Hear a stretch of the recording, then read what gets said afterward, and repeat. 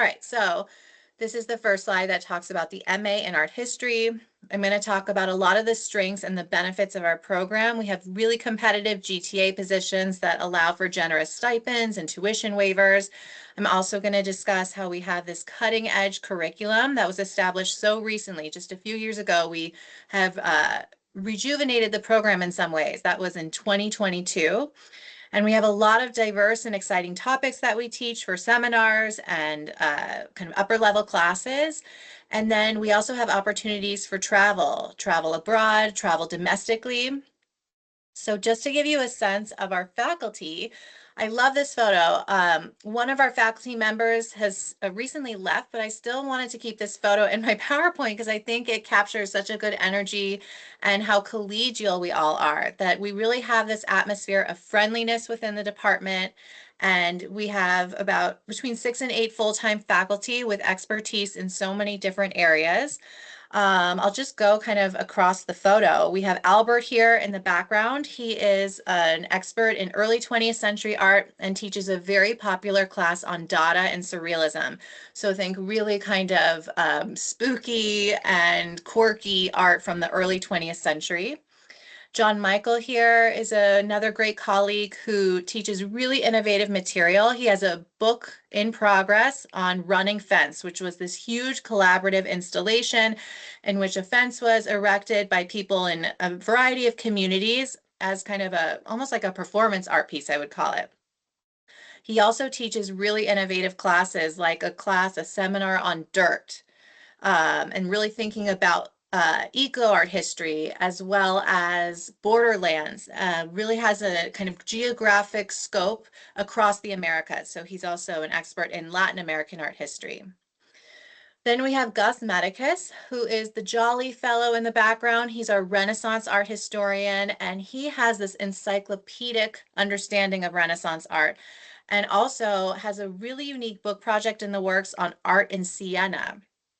And the reason I wanted to highlight that is because there were actually a ton of Sienese women artists during the Renaissance that have been totally marginalized and written out of the art history canon. And so I think he's going to help recover art in Siena, which is a region itself that was kind of under-theorized in art history in our field. Then we have Joseph here, who's doing amazing, groundbreaking work in African art.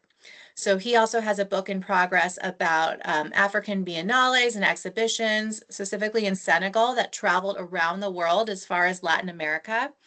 And so his research is really thinking about modern and contemporary African art and its global scope. And then we have Renee here in the foreground, who is an expert on art and craft and has given presentations at really major conferences on the subject. So we span a really wide variety of topics and topics that you would not get in other programs, to be frank. I'll talk about myself for a moment. Here I'm pictured. And it's a little awkward talking about yourself, but my research is on food and US art. And that's also a really quirky topic, something that a lot of people haven't historically studied before, but I argue that food was really everywhere in American art, and that pictures of food talked about debates over who was consuming that food, who was actually laboring or harvesting that food. And all of that is to say that our program is very interdisciplinary. Okay, so long gone are the days when you would take an art history class and you'd study one artist for the entire semester and you'd study their biography and look closely at one or two artworks. Art history has really freshened up since then, and really understanding this idea that art is not created in a vacuum and that it's influenced greatly by the politics of the time period, by the people the artist was studying with, the society in which it comes out of. And so really thinking about the social politics of art and also art in the environment, I would say is one of the greatest strengths of our program, and that we really think holistically about art and art history. Happy to talk more about some of our faculty members. Before I move on to this slide, I'll also say that there is a really kind of youthful energy in our department. You know, though we span different ages, I'm talking about a youthfulness in terms of our attitude towards art history. A lot of us are working on underrepresented histories of art. And so we are not here to further the elitism of the art world. We're actually here to, what some people might say, decolonize it, or take away the kind of aristocracy that is embedded in art history, or the supremacy of it, and really thinking about art history in across diverse cultures and time periods. Okay, another big strength of our program, it's where we are located. We are so centrally located. Ohio itself is a hotbed for art. We are located just miles and miles away from the Cleveland Museum of Art, which is a world-class institution. And I'm telling you, I'm a snob.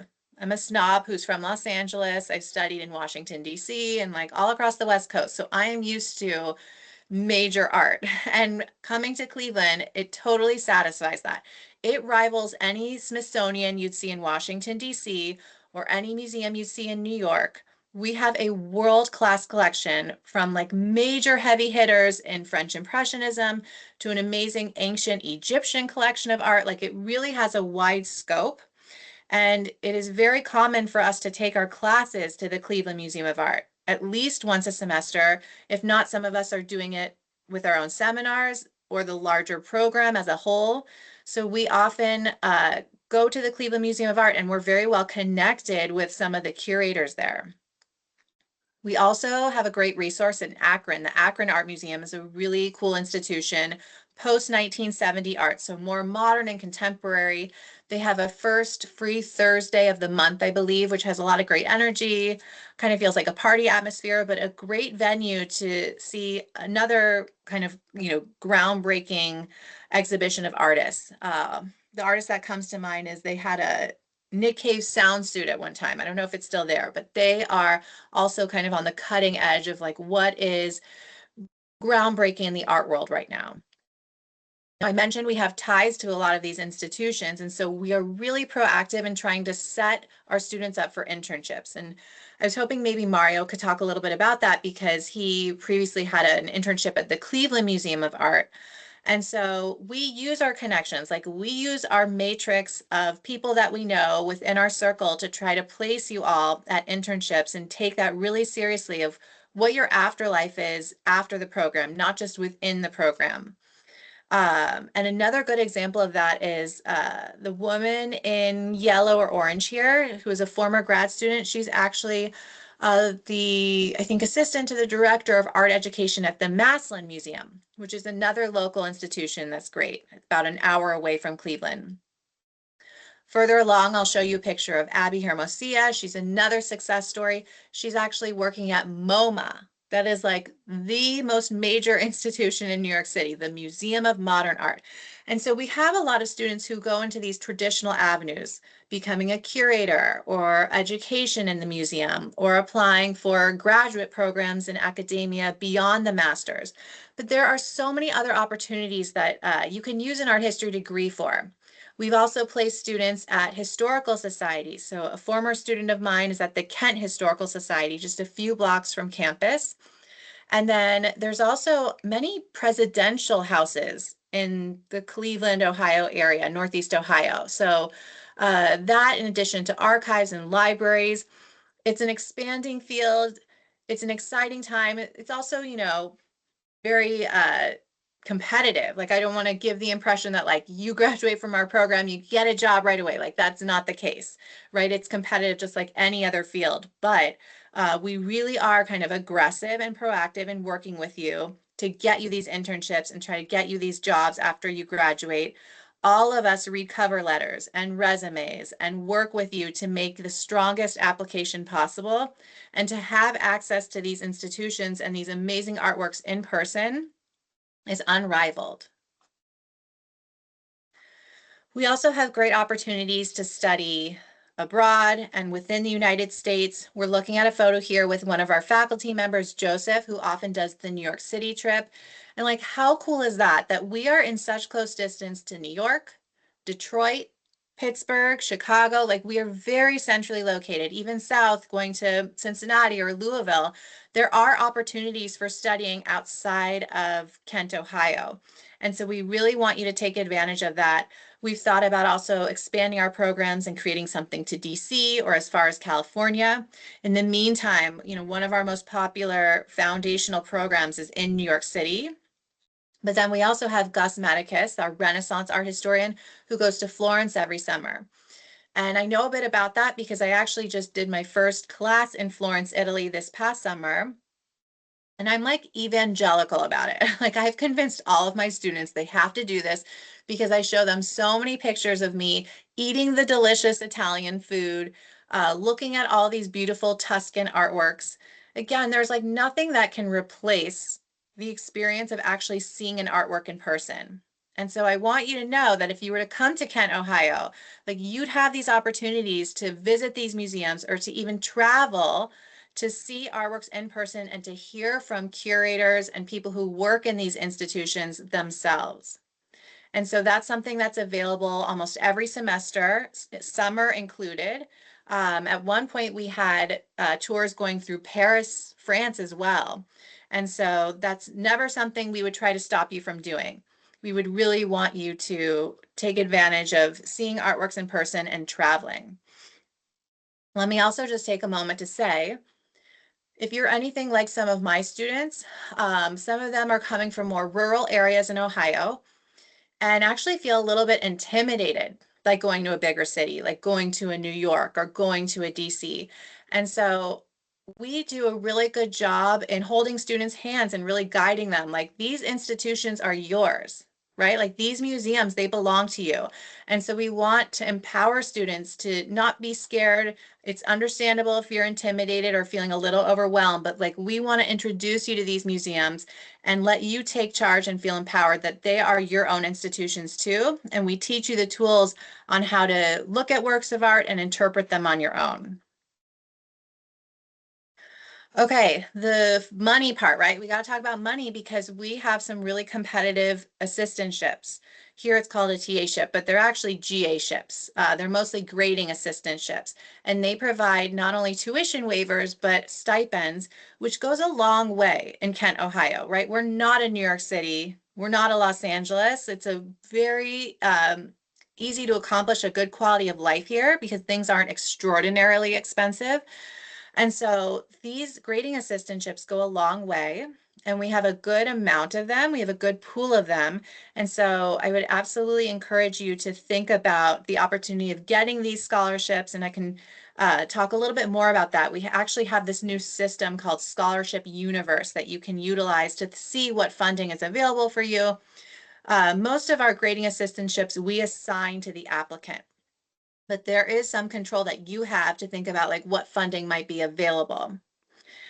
And I think this is also a good opportunity for students to kind of see what it's like on the academic side, like kind of how the sausage is made as a professor. You see the behind the scenes because you're really working with us to manage the classroom and you're helping to grade and to form assignments. Some grading assistants volunteer to present in class and take on a more of a teaching role by lecturing once or twice a semester. And so there's a good kind of like scope of how involved you can be in these grading assistantships. But more importantly, they also provide you an opportunity to mentor undergrads. So you can help meet with them and guide them. And if they have an issue with an exam or they have a question of something they don't understand, this could be a place where you really take on a more authoritative role and help students improve their work throughout the semester. I think of these assistantships as more democratic than at most institutions, right? It's not just like me telling my grading assistant like what to do. Like I ask them for advice and we work together if that's something that you're interested in. I don't love this picture of me, but I've kept it in here because it shows me smiling, right? I want to emphasize that we are a collegial and friendly department. Like truly, that is the case. I know Mario's there. Charlie, I can't remember if you were there yesterday or 2 days ago. I remember all of you were going to lunch together. Like some of the faculty was taking like a whole camp of our grad students to the cafeteria next door. And I was experiencing pangs of jealousy because I had to go teach and like everyone was having lunch without me. But like that is truly the atmosphere of our department. People are floating in and out of each other's offices. It's very much an open door policy. Like you have access to your professor.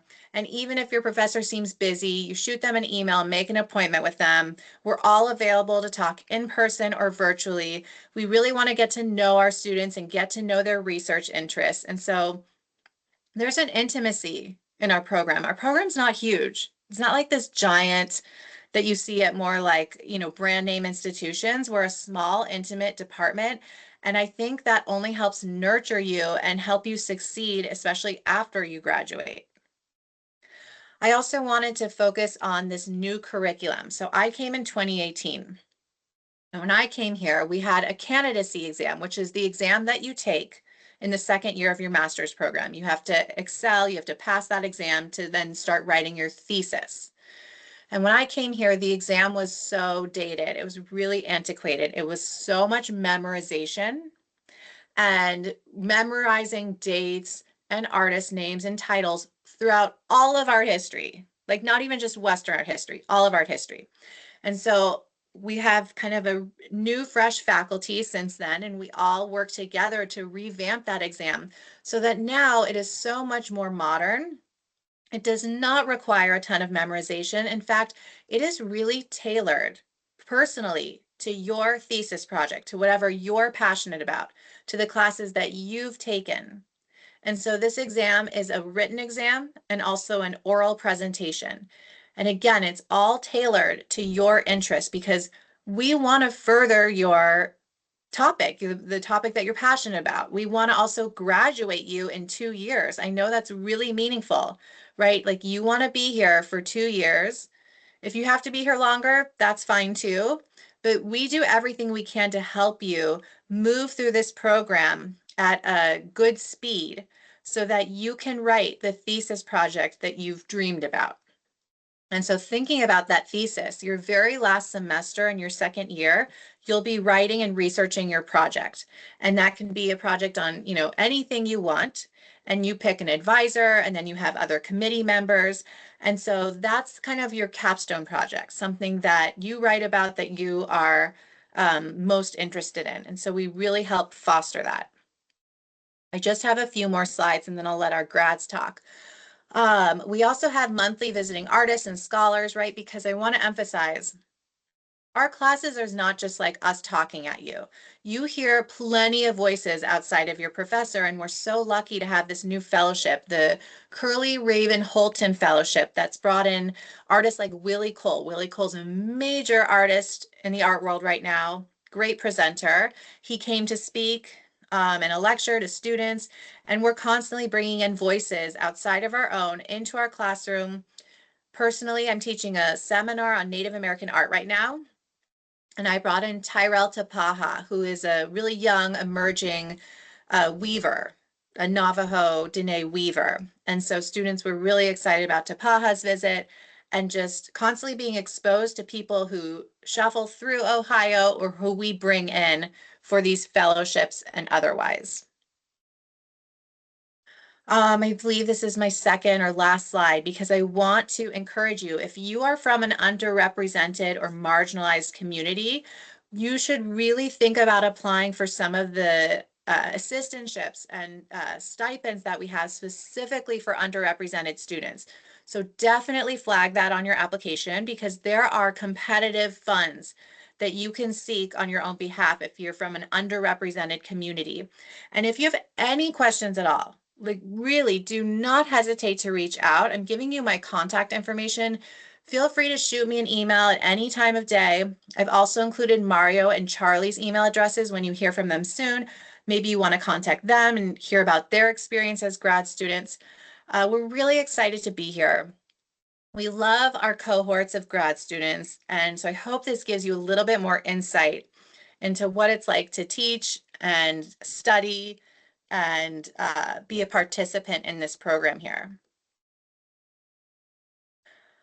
All right, it is 6:20. I see Charlie's face first. So Charlie, would you mind sharing a little bit about your experience, maybe 10 minutes or so? Yeah, of course, I'd love to. So, to share a little bit about my experience, I'm currently a second year graduate student here in art history, but I also did my undergrad and got my bachelor's here at Kent State University. So, I have a little bit of a different experience than Mario will tell you because I have been here my entire art history career, and I can really attest to what Shana has been saying about the communal aspect of our art history department. I think that's one of my favorite parts of it, and also why I chose to come back here for my master's degree, because I had met my professors, I had really enjoyed them, and I knew that there was so much more I could learn from them. And being able to have that more one-on-one contact was like really important to me, and it's really special. And like Shannon was saying, yes, on Tuesday we did all go out to eat together. And just to let you know, also, if you do get a TA ship, you get to eat once for free a week on campus. So that's what our little Tuesdays were. But I sorry, I'm trying to think what else to say. I think you would be Charlie, very maybe you can talk, sorry to interrupt you. Maybe you can also talk eventually about your research too, and like what you're studying with and how you got to that topic. Oh yeah, of course. I didn't want to get too controversial with my topic, but just to let you know that whatever you want to write your thesis on, people, like all of your professors will be very welcoming, very willing to help you, even if they're not on your advisory board. I am talking about medieval and Renaissance depictions of Jesus as mother, specifically focusing on the his Jesus's side wound and comparing that to Mary's breast for this kind of feminization of Christ that you see in the 12th century forward. And if you're thinking, wow, that seems really niche and kind of random, it's like, yes. And that's what's so great about having so many kind, supportive professors, is that you can come to them with this topic and be like, this is a little weird. It's okay if I write about this. And like, of course you can, which was surprising to me because, I mean, not that I thought they would say no, but when Shannon was talking about how some people feel a little overwhelmed when I first come to campus, I'm from a really small town in West Virginia of less than 1,000 people. So coming to Kent State's campus for the first time, that was a lot for me to deal with. But like all the support I received from my advisors has just made it so much more like welcoming and exciting to be on campus.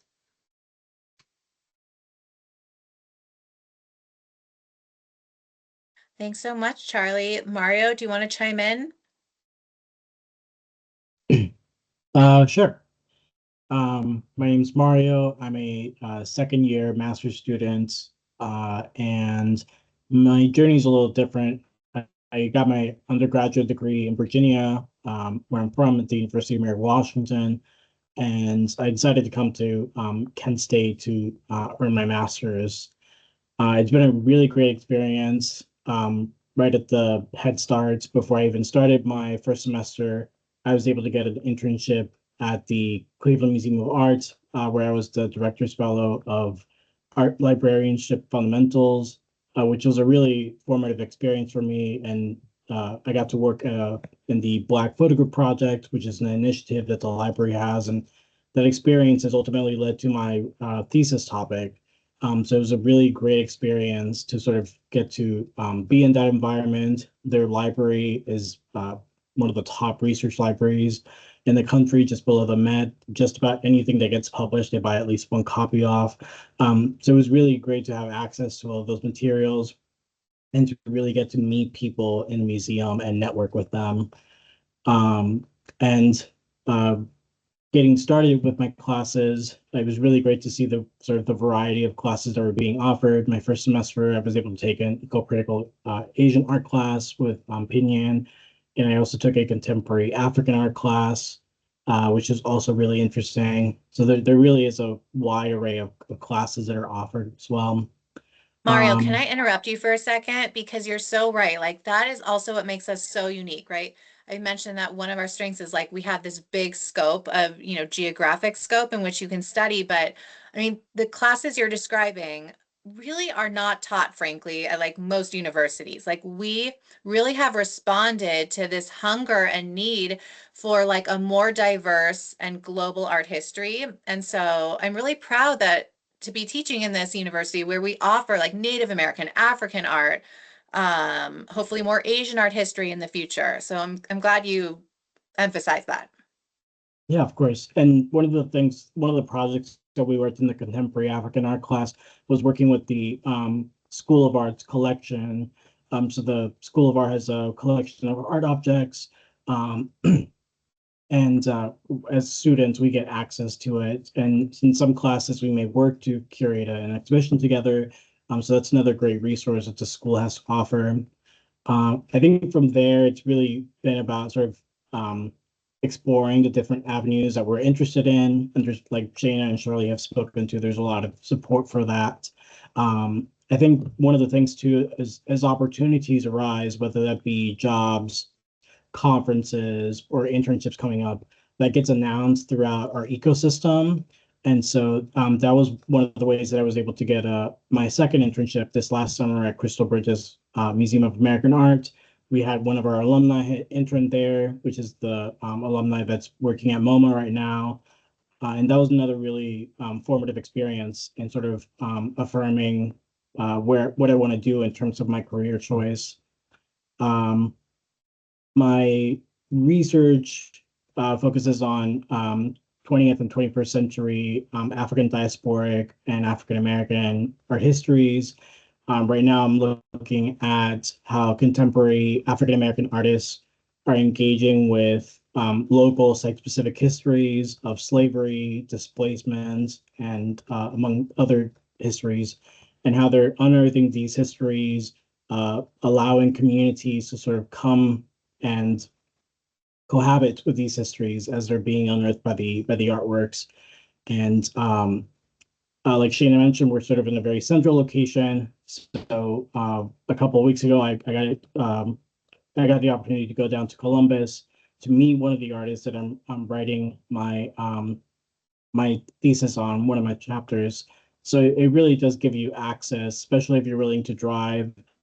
Toledo's only a 2-hour drive away from Cleveland. If you go an hour further, you get access to Detroit. If you go east, the Buffalo AKG is another great institution that we have access to as well. So all of that has really allowed me to explore different interests and different opportunities. And it's been a really great experience in the program. Yeah, I mean, what Mario's not telling you is that he met like one of the most major African American artists right now. And, you know, his research is like gonna just explode, really doing interesting and cool new things. And Mario, you also reminded me that we are so lucky to have an art librarian. Like she's literally dedicated to us and our students to help us do research. And her name is Ginny. She's this wonderful colleague. And so she helps us buy new books so that we're up to date with the latest scholarship. She'll help you do research and look on databases. She always knows like the different corners and niches of the library world that we might not readily think of. And so it's so cool that we have Ginny with us and access. Charlie, I was hoping you could talk a couple more minutes about your experience abroad. I know you studied in Florence this past summer. Can you tell us more about it? Yeah, so I've actually studied abroad twice. I've done the like 1 or 2 week programs that we've had, and then like Shane was talking about, I've done the month-long trip to Florence, but you're also able to stay 2 months if that's something that you're interested in. But that was something that it was so special. It was probably one of the most exciting things I've ever done in my life. And I originally wasn't sure if I was going to be able to go because it was so expensive. But one thing that Kent State is really nice about is that there's a lot of wonderful scholarship opportunities, and your professors are always willing to help you like find if you're like, I'm just looking for scholarships, or I might need like letter of recommendations. Like everyone is more than willing to help you find that and to make sure that you can like make this happen. And you saw the picture of him earlier, Professor Gustav Medicus, the man who looked very happy in the background of the image. He is one of the professors that that is in the Florence program, and especially since he is such a Renaissance man, literally and figuratively, it was really exciting to get to learn so much from him. The food was amazing. You get to go to so many wonderful museums. I've got to see so much art that I never thought I would ever get to see in person. And it was just probably one of the most like special moments of my life. I didn't pass out when I saw the David, although sometimes people do. So I'm glad that I was able to, resist the urge. But I would definitely say that if you do end up deciding to attend Kent State, I think that you would be missing out a lot if you didn't at least go to one of the informational meetings about studying abroad, because we're talking about Florence, but there are so many other wonderful places you can go. It's just Florence, especially since my area of study deals more with like the Renaissance. It was really important for me to be able to go to Italy and see all of these things. Yeah, I mean, imagine, having truffle pasta and in the same day seeing Michelangelo's David. Like, I mean, it is unreal. I'm sad it took me this long to teach in Florence, Italy, but it's something to really take advantage of. And never will it be so cheap to study abroad. Like the university system really tries to make it manageable. So that's something to definitely flaunt and think about if you were to come here. I wish I left it in my car.